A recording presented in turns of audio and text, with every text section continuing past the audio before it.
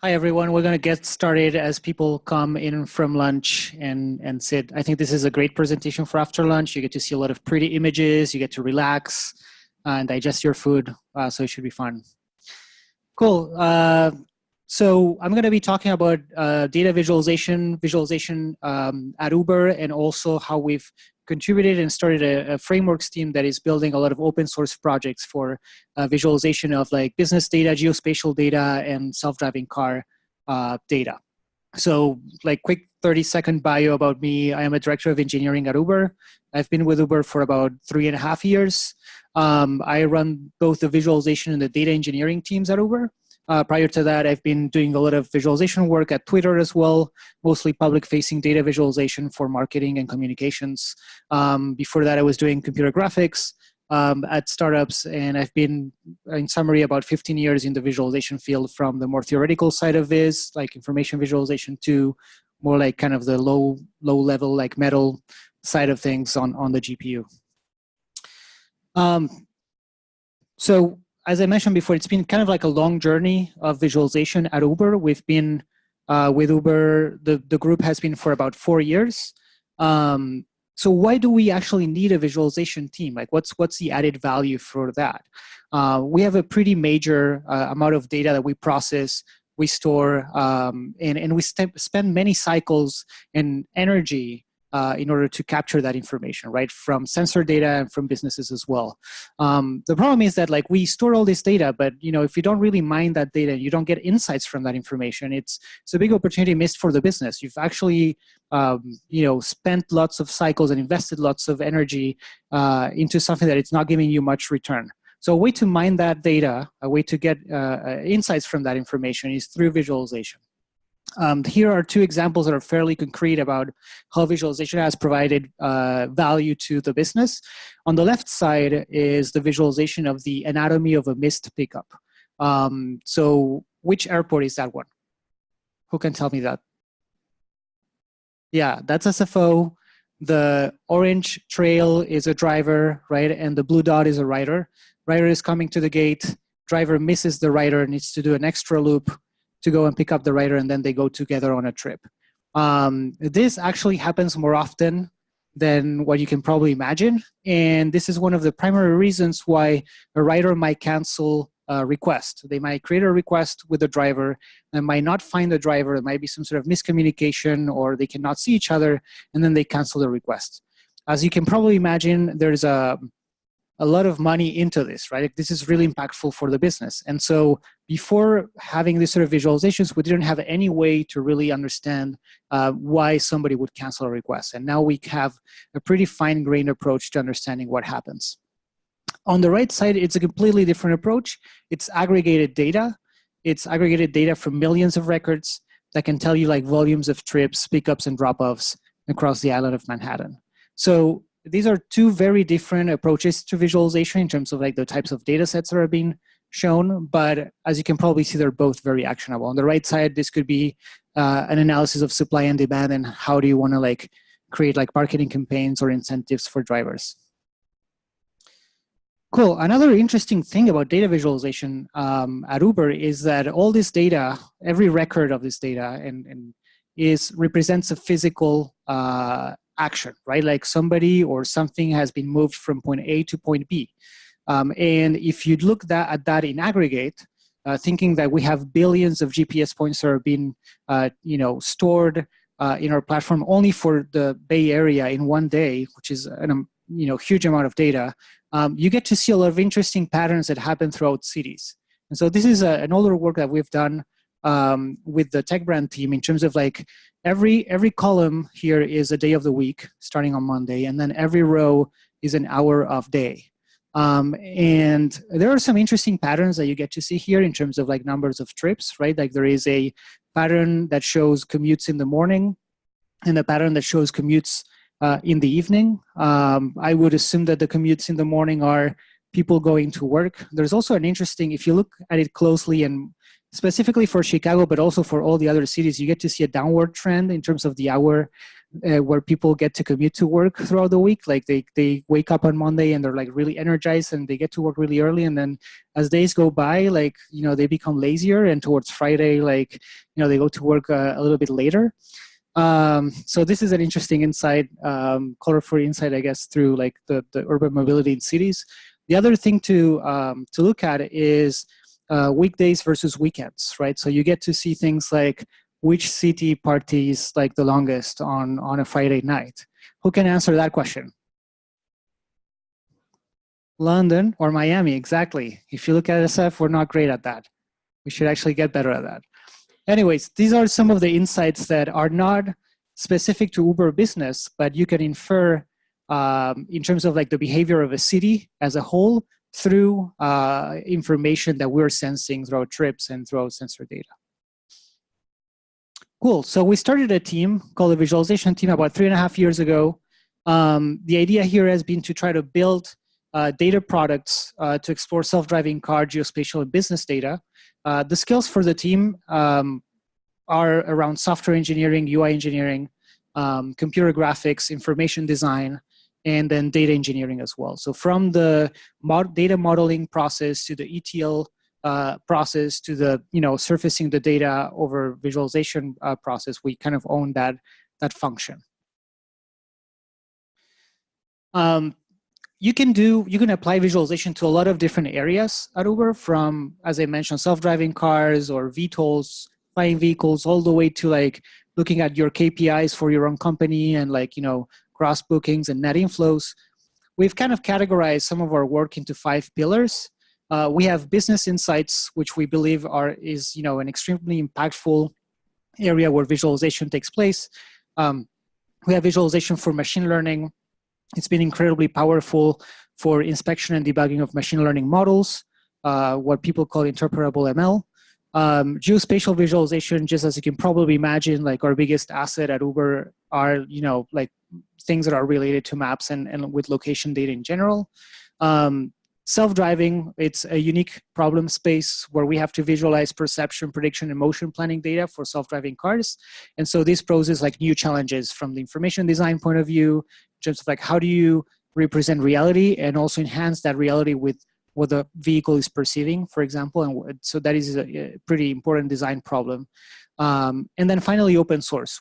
A lot of the work that we do ends up being in the open.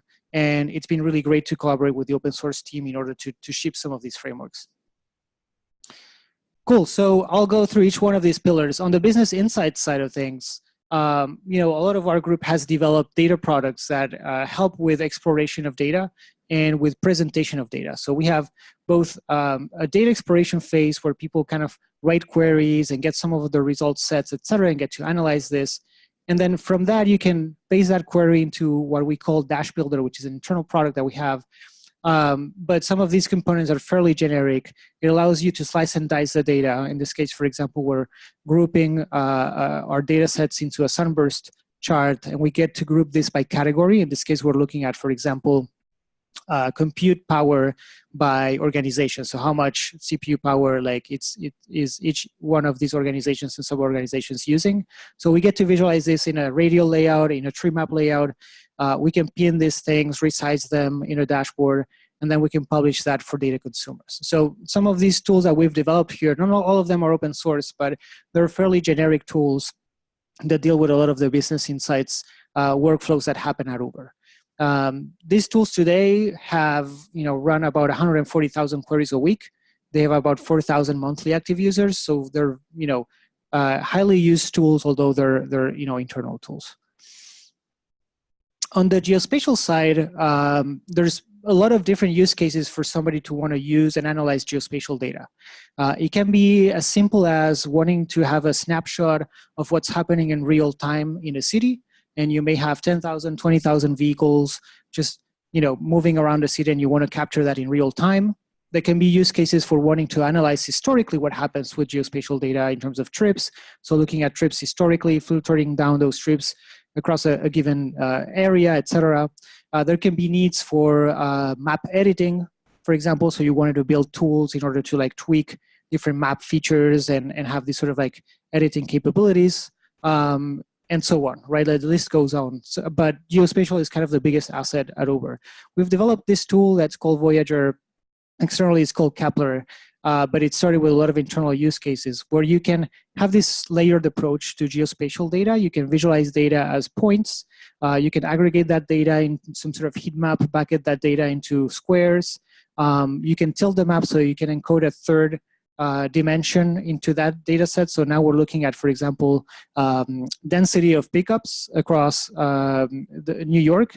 And now we're going to be using the height to encode the distance, the median distance of those trips. So like, where are the longest trips? And now we could ask ourselves questions like, give me an area that has, you know, the longest distance trips and a really high volume of trips.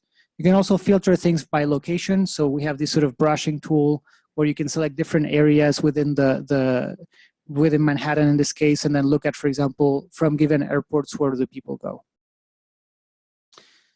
Other types of use cases that we have are around local data, right? So because of security measures or safety, we want to visualize what happened exactly with the trip. In this case, we're looking at, like, for example, rider data. We have classifiers on top of sensory information that can tell us like a rider is walking or have entered the vehicle. And then we compare that with driver data, which is the brownish dots. So in this case, we're matching both rider and driver information, and we can fully reconstruct the trip and see what had happened. So this is incredibly useful for security or safety measures, as you can probably imagine. Cool, keep on going. So another use case that we found is about 2 years ago, we've partnered with the Advanced Technology Group, which is a really powerful group of researchers and hardware engineers, and we kind of approach this from the web side to try to tackle the problem of visualizing this data. You know, up until now, we had used our frameworks to visualize geospatial data at the city level, and you know, and then business insights type data. And so this was a completely different problem space, not only for the 3D approach to it, which, you know, we already handled through the geospatial visualization, but also because of the locality of the data, right? You're looking at things at the intersection level.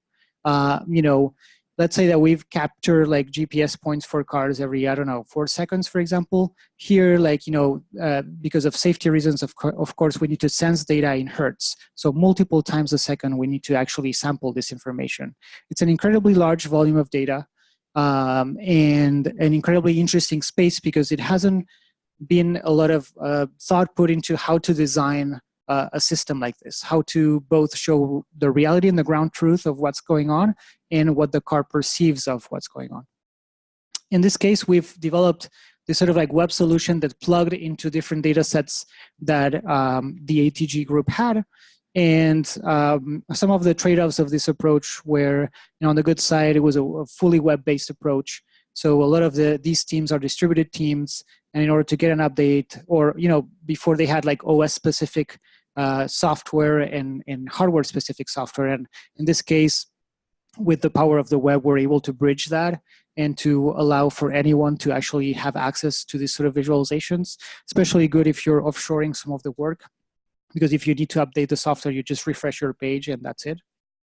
You get the latest version always. The visualization stack is the same one as we had for geospatial. We just started developing new features on top of that.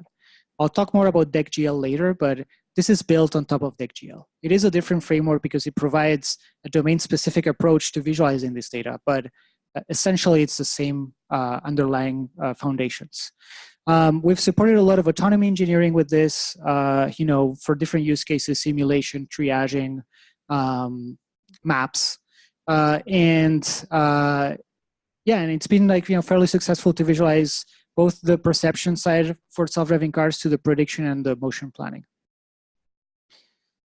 These are a few examples that we showcased in the past in terms of like potential, you know, use cases around visualizing map features, around looking at like what a car sees throughout a log, which is what we call throughout a trip, having, you know, different camera views for a car, being able to click on different elements to get contextual information for those elements as the kind of the trip goes on, having the ability to compare side by side a given trip so that you can see how the car behaves with different versions of the autonomy vehicle software. So almost like an A/B testing for this. Finally, like I mentioned before, like our partnership with TechBrand or open source, we've done a lot of work more on the visual narratives side of things. So expository, explanatory data visualization, try to convey messages around, how we're like the pulse of a city, and some of that complexity through some of our data sets.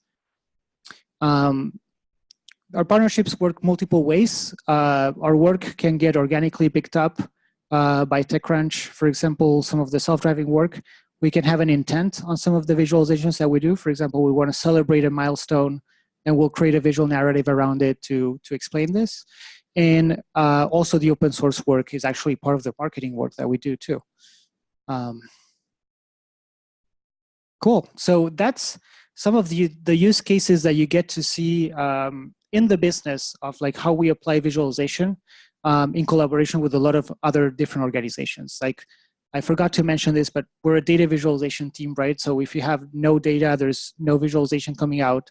So we have to partner with teams that produce some sort of data in order to be able to create solutions for them.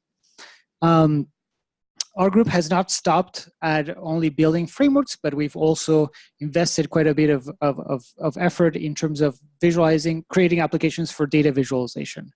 We have different customers in mind. These can be folks that are dealing a lot with GIS. This could be people analyzing weather data, people analyzing traffic, air pollution, lots of different questions that you may ask yourself within maps, and also an approach to more of an open data type approach to our work, which is more around curating and sharing data sets around travel times and around speeds, so that researchers can download this and do their own analysis in probably combination with other data sets. So the first one is called movement. Who here has heard about movement? Cool, so still worth explaining what it is. So the idea behind it is to empower cities to solve problems in the community. These sort of problems are very related to urban computing. Urban computing is a discipline that connects data engineering, data analysis, and visualization in order to answer questions that are related to cities, right? In terms of urban mobility, in terms of air pollution, and so on. Movement is trying to tackle some of these questions. Some of the stories can be seen on our Medium, and you get to see some of the stories around, effects of service disruptions in DC and on traffic congestion and so on. And also, finally, it is a pretty solid PR tool in the sense that like a lot of the work that we do gets picked up organically by media outlets, usually with a positive note, and usually connected with our domain-specific practice, which is data and visualization. Kepler GL is completely different. It's tackling a different set of customers. I mean, they overlap a little bit in terms of research or doing analysis on geospatial data sets. But the idea behind it is to provide a Swiss Army knife to analyze and dissect and get insights from geospatial data sets, whether this is street segment type information, point type information, connections between pickups and drop-offs, etc. And you can quickly aggregate and filter this data all in the client side based on GPU techniques that we're using behind the scenes. Should probably hurry up, I guess. Anyways, this is an example of it. You've already seen a previous example of one of our internal tools, but in this case, you get to see how to visualize different point data. And these are both morning versus evening pickups and drop-offs in the city of New York. And one of the cool things that Kepler provides is a side-by-side comparison view between these two maps. So the great thing that you can do here is you can compare morning commute to evening commute left to right. If somebody knows anything about perception and information visualization, like the eyes are really good at like scanning like this quickly side by side and comparing things versus like creating mentally a picture and comparing it with another picture happening eventually. So in this case, you get to see some of the discrepancies of the commute in the morning and in the evening. And then another thing that we can do is kind of like aggregate that data and look at some of the deltas that happen there. I'll quickly skip this because you'll hear a lot more about Kepler in a following talk. I also want to talk a bit more about the platforms. So we talked about the business use cases for visualization at Uber. We talked about the open applications that we've created for anyone to use, both for data analysis and exploration, and also to leverage some of our data sets for understanding what happens within a city. Finally, let's talk about what's underneath these applications. These are the frameworks.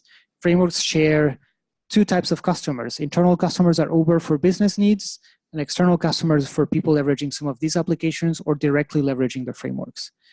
It can be divided into four.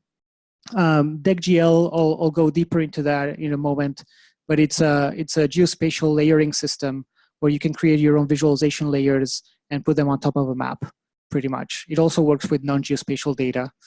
LumaGL, it's a low-level library for WebGL2 rendering and programming, and so it offers like nice wrappers and convenient methods for WebGL2 programming.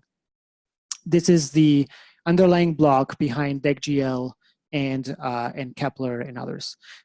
React MapGL is a really friendly React wrapper around Mapbox.gl.js. So we partner a lot with Mapbox on a lot of the mapping solutions that they create.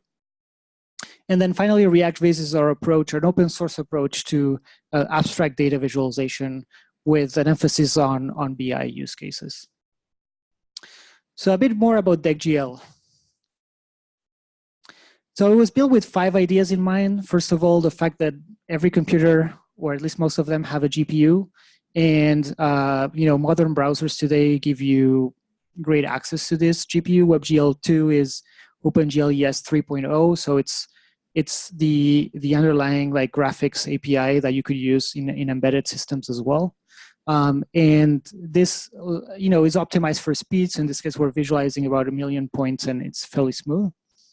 Another idea was the idea behind data visualization, which in theory is just a mapping between data objects and visual marks and channels, right? You have an array of objects, and then you can map these values to, for example, a set of bars that have different height depending on that value, right? So in a way, you're kind of doing something that we call instancing. You're, for each point, you're creating a circle, and then you're modifying the radius, color, position of that circle based on some value from that, of some attribute from that value, right?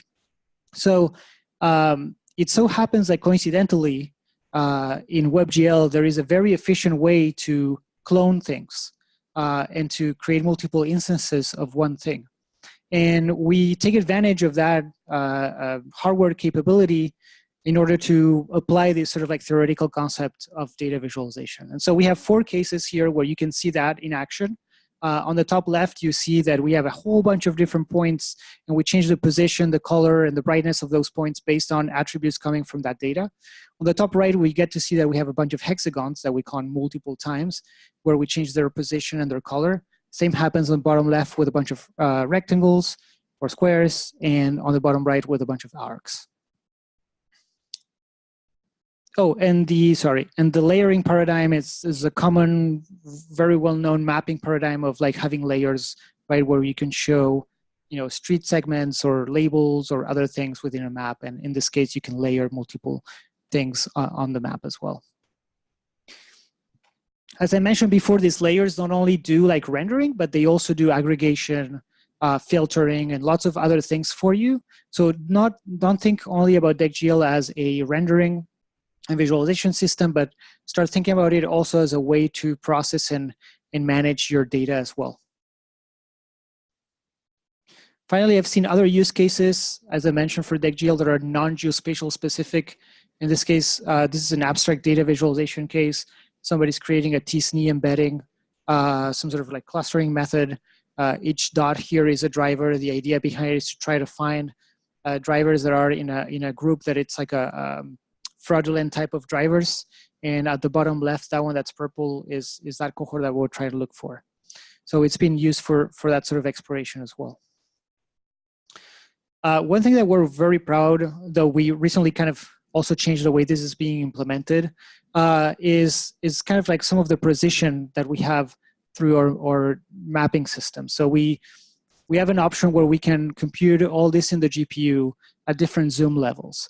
You know, the GPU only handles 32-bit floats, which only give you a certain level of zooming, which is on the left side. And we kind of extended this to support 64-bit floats. You get to see that like you can zoom in way more. So you can picture this being a map and you can really like zoom into a lot of detail. Finally, a few examples of application of this framework. These are, you know, you can use a lot of like layers that have been already built in for you, or you can create your own layers. And there are primitives to create this sort of layers. And in this case, this is a wind map example showing 3 types of layers. One is an elevation layer, which is the blue layer there. Then there's a vector field layer that shows the different arrows moving in different directions based on the different speed and direction of the wind. And finally, like a particles layer where you can throw particles, you know, randomly scattered across the US, and you see where they move based on that flow. So not only the visualization was created through DeckGL, but also the data processing was created with Luma, where we created a graph like this. Every vertex of this graph is a station that captures wind data in terms of direction, speed, and temperature. And what we did in Luma is we created a really fast way to interpolate those direction, speed, and temperature for the stations across the entire US. So we have, you know, every triangle there that is made of those 3 vertices can be interpolated between these 3 points. So we get a very seamless and smooth kind of like transition between the different directions of the wind. From that, we can create a uniform grid. So instead of depending on the wind stations, we just can create something that's abstracted out of the wind station locations, like this grid. And it kind of like really points well, for example, at this place that's called Mount Washington, which is one of the windiest points in the United States. And you should probably not go there because it's very windy. Another option beyond that has been creating a particles layer that can, you know, you can throw different particles on top of the map and see where these particles get to move. This is a way more dynamic way to get information about wind. Not sure if it's more precise, but in any case, it gives you a nice feel of the wind in a given snapshot in a given moment. We also captured 72 hours of wind, so we can change the time and see how the particles kind of readapt to this new like vector field. A bit more about LumaGL. So it is a general purpose and lightweight WebGL framework. The code base is built on ES6, so modern JavaScript techniques, which is great because the WebGL 1 and 2 APIs are very like C++ heavy. They only deal with like strings, no, not even strings, like enums and floats. And so like, you know, there's so much more that you can do in JavaScript to build a more idiomatic API, and I think we've done that. And it's WebGL 2 ready, so we have, you know, lots of interesting extensions like floating point textures and transform feedback and et cetera that allow for demos like the particles layer that I just showed. Something that I've been looking at lately with this framework has been looking at map projections. And, you know, there's like so many different map projections. And the reason behind it is because each map projection has some sort of lie to it, right? And in this case, the Mercator projection, you get to see how the area of Greenland is actually like very, very, very distorted over a Mercator projection. You can see the exact distortion of that by looking at what we call the Tissot indicatrix. So this is the map on the left. You get to see these circles. As you go up and down through that projection, you get to see that the area of the circles change. The circles, though, remain circles, which means that there are no angle distortions. But the map projections are a trade-off usually between area distortions and angle distortions. So what I've been trying to explore has been to create a set of map projections that do not have any area distortion, no angle distortion. So the result is this thing, which they're called myriahedral projections. And the trade-off that you get when you do this is that, so the process to think about these projections is imagine that the map is made of paper, so a non-stretchable surface, right? So in order to be able to unfold the map, you need to create multiple cuts. It's like peeling an orange or something like that in one piece, right? And so based on that notion, we started to create these sort of projections, and we get to see that although you preserve the area and although you preserve the angle of each one of the points that are within that map, the trade-off is that you have many interrupts in the map, right? You create multiple cuts. But it was an interesting find side project. Cool. So to wrap up with kind of like show you some of the business use cases for visualization at Uber, which span across BI, geospatial, self-driving car type data. Showed you some of the open applications that you can actually like go to right now. If you hit on like Kepler.gl or go to movement.uber.com, you can start leveraging some of the stuff that we made public already.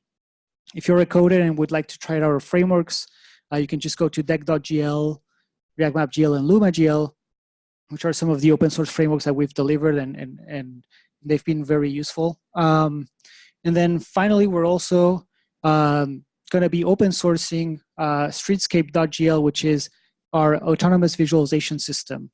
This consists of like a layer pack that is domain specific to visualizing perception, prediction, and motion planning data for self-driving cars, and also a standard data schema that allows people to plug into the system fairly easily.